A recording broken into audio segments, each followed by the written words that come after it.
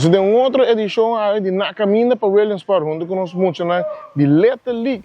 Aí nós conversar com outros três muito para na Aruba, conhecer quem é nosso talento na Kutai. E bando Aruba de 2 via na Bileta League World Series na Williamsport.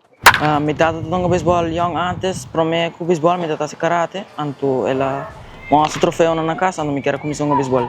Agora você ganha o EGA e o sábado vai representar Aruba na Williamsport.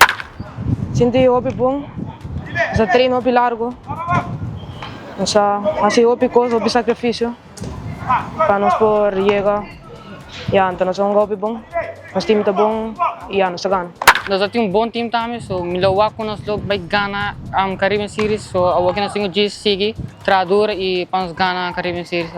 Training como meta fazendo a parte de treino que time Castro dia? Não tinha extra tempo, só nós hopi training do dia.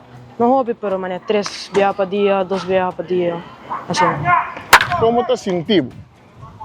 Hope exciting, mas pouco ainda também 2 via atrás outro, eta sindi hopi bom, experiência ainda passada hopi bom, e espero nós assim mesmo ganhar passar.